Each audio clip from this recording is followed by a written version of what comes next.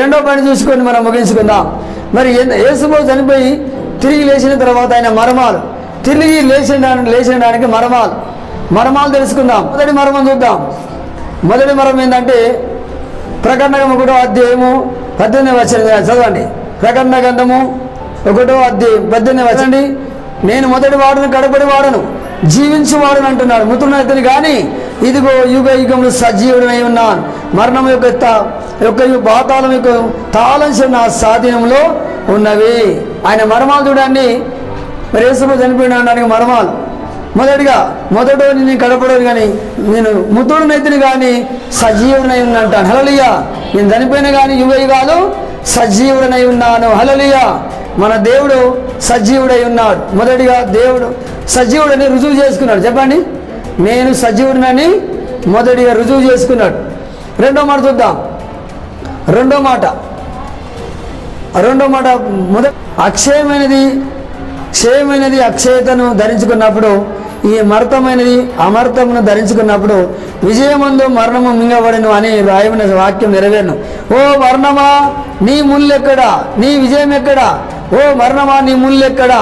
మరణం ముళ్ళు పాపమునకు బలము ధర్మశాస్త్రమే. ఇక్కడ చూడండి, దేవుడు మరణం అనే ముళ్ళను విరిశాడు. సభలు పెట్టాలి కాబట్టి హల్లెలూయా.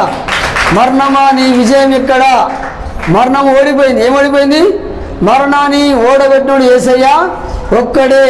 మరణము ముళ్ళును విరిచిన వాడు కూడా యేసయ్య ఒక్కడే. ప్రపంచంలో ఇంతవరకు ఎవరు కూడా మరణాన్ని ఓడగొట్టిన వ్యక్తులు లేరు. హల్లెలూయా. నీ దేవుడు ఎవరు చెప్పాలి? మరణాన్ని జయించిన దేవుడు. ఇక్కడ చూడండి, రెండోది ఏంటంటే రెండో విషయం, ఆయన తిరిగి లేచినానికి మర్మాలు ఏంటంటే మొదటిగా దేవుడిని రుజువు చేసుకున్నాడు. రెండోది మరణాన్ని జయించాడు. చెప్పండి కానీ రెండోది చెప్పండి. మరణాన్ని జయించిండు, మరణాన్ని ఓడగొట్టిండు. మరి ఈ మాట మనం చూస్తున్నాం. మరణాన్ని ఏం చేసిండు? ఆయన ఓడగొట్టిండు, మరణాన్ని జయించిండు, మరణములని విరిచిండు. అందుకనే మరణం జయించినవాడు యేసయ్య ఒక్కడే. మొదటిగా దేవుడిని రుజువు చేసుకున్నాడు మరణం ద్వారా. రెండోది ఏమో మరి మరణాన్ని జయించినని చూద్దాం. మూడో మాట చూద్దాం. ఆదికాండం 3వ అధ్యాయం 15వ వచనం వినండి. ఇక్కడ స్త్రీ సంతానము నీ సంతానం. నీ సంతానం అంటే సైతాను సంతానం. అర్థమైందా? స్త్రీ సంతానం అంటే యేసయ్య. సభలు సరి కట్టి పెట్టాలి. వీళ్ళిద్దరికి వైర్యం అన్నాడు. ఎవరెవరకు? స్త్రీ సంతానికి నీ సంతానం ఏమన్నాడు? వైర్యం కలగజేస్తాడు, యుద్ధం కలగజేస్తాడు. అందుకనే శిలువలో సాతాను సంతానము యేసుని కాళ్ళకు చేతులు ముళ్ళు కొట్టింది, పక్కలు బల్లాల పొట్టు పొడిచింది, తలకు ముళ్ళకిడం పెట్టింది, ఆయన చంపింది. కానీ అయినప్పటికీ కూడా ఆయన 3 రోజులకు తిరిగి లేచి ఏం చేసింది తెలుసా? దాని తలని తునక చేసి చప్పలు కొట్టాలి. హల్లెలూయా. సాతాను తల ఏమైపోయింది?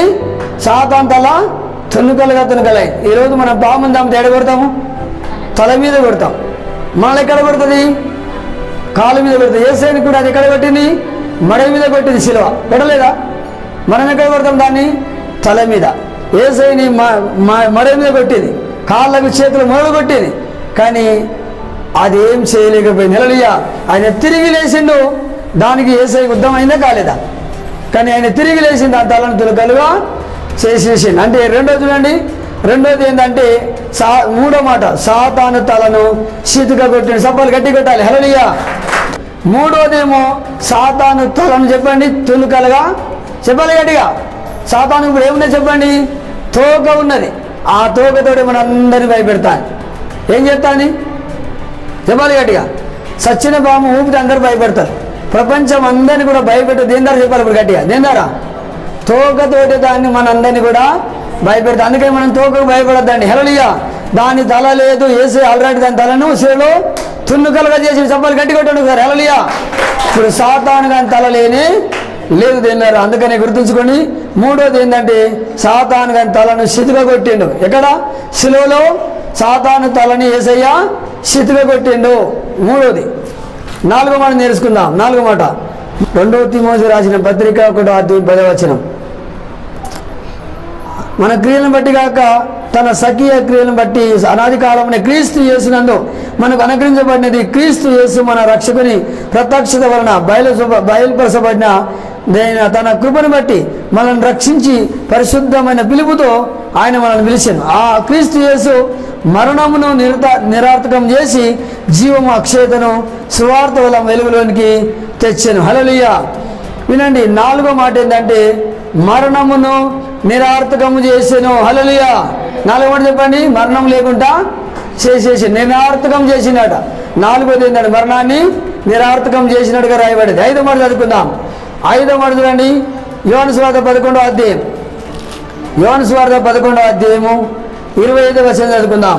అందుకు యేసు, పునరుద్ధానమును జీవమును నేనే, నా యందు విశ్వాసం ఉంచువాడు చనిపోయిన బ్రతుకును సపాలు కట్టి మేపరచాలి. యేసేమన్నాడు? నేనే పునరుద్ధానమును జీవాన్ని నేనే అంటున్నాడు. నా యందు విశ్వాసం ఉంచేవాడు కూడా చనిపోయిన బ్రతుకును. దీని అర్థం ఏంటంటే 4వది ఏంటంటే మనం చనిపోయిన తిరిగి లేస్తామన్న నిరీక్షణ కలగజేసింది. మనకు చెప్పండి, మనకు ఏం కలగజేసిండు?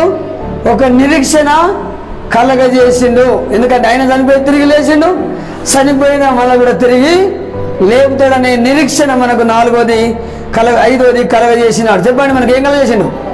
నీకు నాకు ఏం కలగజేసిండు? ఒక నిరీక్షణ. ఎంతమందికి ఉన్న నిరీక్షణ? నేను చనిపోతే తిరిగి లేస్తామన్న సేపు ఎక్కేస్తాం. లేస్తాలా లేవాలా? అగలారా? మనందరికి ఏమైనా చెప్పాలి. ఒక నిరీక్షణ కలగజేసిండు. మేము చనిపోయిన తిరిగి మళ్ళీ దేవుడు లేపుతాడనే నిరీక్షణ 5వది కలగజేసి నిరీక్షణ. ఎందుకంటే నేను చనిపోయిండు, తిరిగి లేచిండు, చచ్చిపోయిన మళ్ళీ కూడా తిరిగి లేపుతాడు. కాబట్టి మనకందరికీ నిరీక్షణ కలగజేసిండు. ఇది 5వ మాట, మనకు నిరీక్షణ కలగజేసిండు. 6వ మాట చూసుకుందాం. చివరి మాట చూడండి.